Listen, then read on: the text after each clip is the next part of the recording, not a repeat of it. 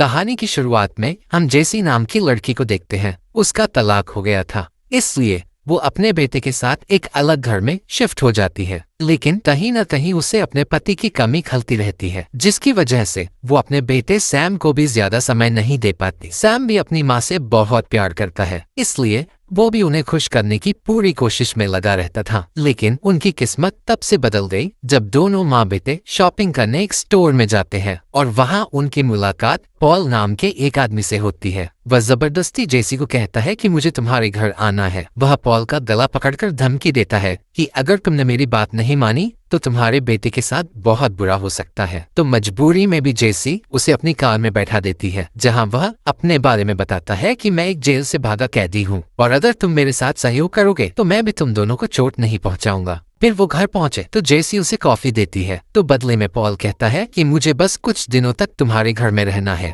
उसके बाद मैं खुद ही यहाँ से चले जाऊंगा। साथ ही वह बताता है कि अगर तुम्हें मेरे ऊपर विश्वास नहीं है तो मैं तुम्हारे लिए घर के सारे काम कर सकता हूँ। लेकिन जब टीवी में पॉल की न्यूज चलती है कि वह एक बहुत बड़ा क्रिमिनल है, तो यह देखकर जेसी और सैम डर जाते हैं। उन्हें पॉल की बातों पर विश्वास नहीं होता। पॉल भी मजबूर था, इसलिए वह जेसी को रस्सी से बांधकर आज रात का डिनर खुद अपने हाथों से बनाता है और फिर वह अपने ही हाथों से जेसी को खाना खिलाता है। रात के समय सैम को अच्छा नहीं लगता, उसे लगता है कि पॉल मेरी माँ को मार देगा, इसलिए वह अपनी माँ को देखने जाता है, पर उसकी माँ तो अपने रूम में आराम से सो रही थी। अगले दिन पॉल और सैम बैठकर ब्रेकफास्ट कर रहे थे, जहां सैम भी पॉल के साथ घुल मिल गया था। वह बताता है कि जब से मेरी माँ का तलाक हुआ है तब से उनकी हालत ठीक नहीं है, वो कभी भी खुश नहीं रहती, बस दुखी में ही अपनी जिंदगी काट रही है। तो पॉल कहता है कि तुम्हारी माँ बहुत सीधी और सुंदर है, इसीलिए तुम्हारे पिता ने मजे उठाकर उन्हें छोड़ दिया है। कुछ दिनों बाद जब जेसी पॉल के जख्म में दवाई लगा रही थी तो उसकी प्यास बढ़ने लगती है। उसे पॉल के साथ पकड़म पकड़ाई खेलने का मन करता है, मगर इस समय वह खुद को रोक देती है। उसके बाद पॉल भी घर के बहुत सारे काम करता है, लेकिन थोड़ी देर बाद उनके घर की डोरबेल बजती है। तो पॉल डर के मारे जेसी को पकड़ लेता है और सैम जाकर दरवाजा खोलता है, जहाँ पे उनका पड़ोसी आया था। वह कहता है कि मैं अपने बगीचे से कुछ फल लाया हूँ। साथ ही वह सैम को बताते हैं कि पास वाले जेल से एक कैदी भागा है जो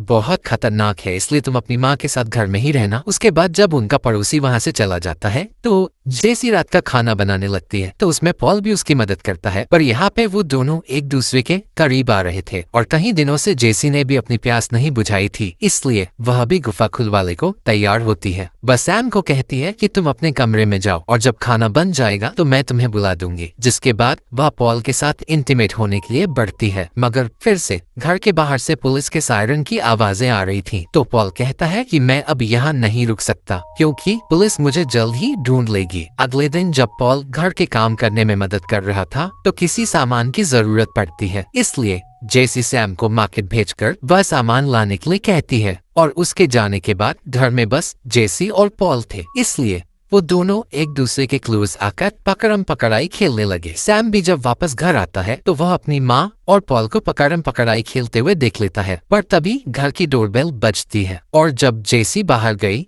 तो वहाँ पड़ोस की एक औरत होती है। वह जेसी को कहती है कि मुझे कुछ काम के चलते डॉक्टर के पास जाना है, तो तब तक मेरे बेटे का ध्यान रख लेना। मगर जेसी बहाना बनाती है कि मुझे भी घर का बहुत सारा काम करना है, इसलिए मैं तुम्हारे बेटे का ख्याल नहीं रख सकती। लेकिन वह औरत किसी तरह जेसी को मनाकर अपने बेटे को उसके घर में रखने के लिए मना देती है। फिर सारे लोग एंटरटेनमेंट के लिए बेसबॉल खेलने लगते हैं, जहाँ एक और बार पॉल और जेसी एक दूसरे के क्लोज चले आते हैं। रात के समय जब सारे लोग टीवी देख रहे थे तो वह औरत अपने बेटे को लेने वापस आती है, तो पॉल फटाफट दूसरे रूम में छुप जाता है और तभी टीवी में एक न्यूज चलती है जिसमें कि पॉल के बारे में बताया जा रहा था, जिसे देखकर उस औरत का बेटा पैनिक करने लगता है। लेकिन उसकी मानसिक हालत ठीक नहीं थी, इसलिए वह अपनी माँ को कुछ भी नहीं बता पाता। अगले दिन जब सैम लाइब्रेरी में पढ़ाई करने के लिए गया तो उसकी मुलाकात आना नाम की एक लड़की से होती है। वह भी बहुत दुखी में होती है क्योंकि उसकी माँ का किसी और लड़की के साथ अफेयर था, जिसके चलते वह कभी भी आना को समय नहीं दे पाई। सैम भी कहता है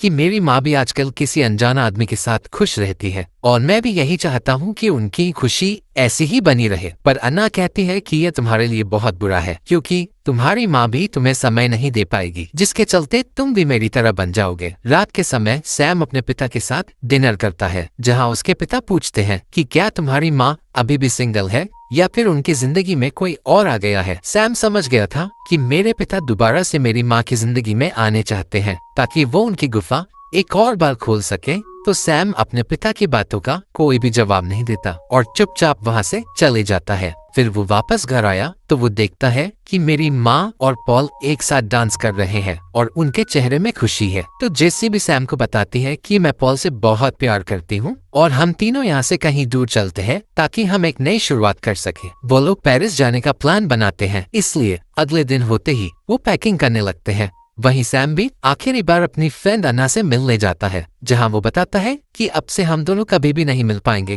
क्योंकि मैं अपनी फैमिली के साथ कनाडा शिफ्ट हो रहा हूँ। तो अन्ना उसे गुड बाय के तौर पे किस करती है और कहती है कि जब हम बड़े हो जाएंगे तो हम भी एक दूसरे से शादी कर लेंगे। सैम भी वादा करता है कि मैं तुमसे शादी जरूर करूंगा। दूसरी ओर जेसी और पॉल बातें कर रहे थे, जहां वो अपने पास्ट के बारे में बताते हैं। जेसी कहती है कि मेरा तलाक इसलिए हुआ क्योंकि मैं सैम के बाद किसी भी बच्चे को जन्म नहीं दे सकती थी और ना ही मैं अब कोई बच्चा पैदा कर सकती हूँ। तो पॉल भी उसे अपनी पत्नी के बारे में बताता है कि मेरी पत्नी का अलग अलग लोगों के साथ संबंध था, इसलिए जब मेरा बच्चा हुआ तो डॉक्टर ने मुझे बता दिया था कि ये मेरा बच्चा नहीं है, जिसके चलते मैंने अपनी पत्नी से लड़ाई कर दी और गलती से हाथापाई में वो सीढ़ियों से नीचे गिरकर मारी गई। साथ ही मेरा बच्चा भी जिंदा नहीं बच पाया था और पुलिस वालों को लगा इन सब में मेरी ही गलती है, इसलिए तब से लेकर मैं जेल में था। उधर सैम अपने पिता के घर में एक लेटर डालता है, लेकिन जब वो वापस घर आ रहा था तो रास्ते में उसे एक पुलिस ऑफिसर मिलता है जो कहता है कि तुम्हारा इस वक्त यहाँ घूमना खतरनाक है क्योंकि वो जेल से भगा मुजरिम किसी पर भी हमला कर सकता है। वह जबरदस्ती सैम को घर तक ड्रॉप करता है, लेकिन जब जेसी देखती है कि सैम किसी पुलिस ऑफिसर के साथ है तो उसके पसीने छूटने लगते हैं। ऑफिसर को भी कुछ गड़बड़ महसूस हुई, इसलिए वो पूछताछ करने लगता है। खिड़की से पॉल भी देख लेता है कि घर में पुलिस वाला आया है, इसलिए वो उसी समय छुप जाता है। ऑफिसर पूरे घर की चेकिंग करता है मगर उसे पॉल कहीं भी नजर नहीं आता। उसके बाद जब पुलिस वाला वहां से चले जाता है तो जेसी और सैम बैंक से अपने सारे पैसे निकाल लेते हैं ताकि वो शहर छोड़कर कनाडा जा सके। फिर जब वो दोनों वापस घर आए तो पॉल सैम से कहता है कि तुम्हारे पिता का कॉल आया है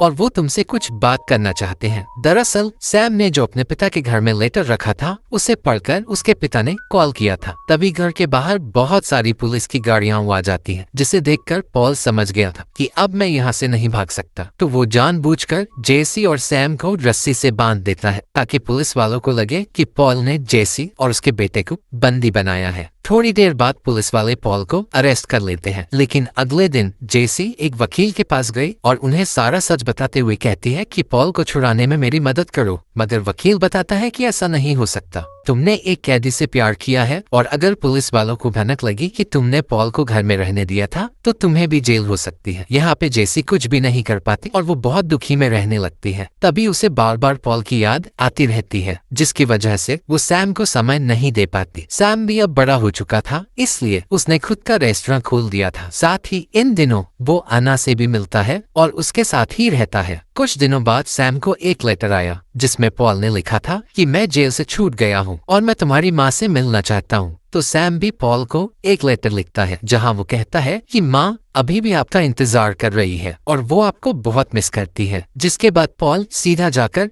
जेसी से मिलता है और जेसी भी उसे अपने सामने देखकर बहुत खुश होती है। और यहाँ पे हमारी मूवी खत्म हो जाती है। अगर मूवी अच्छी लगी हो तो वीडियो को लाइक करके चैनल को सब्सक्राइब कर दीजिएगा।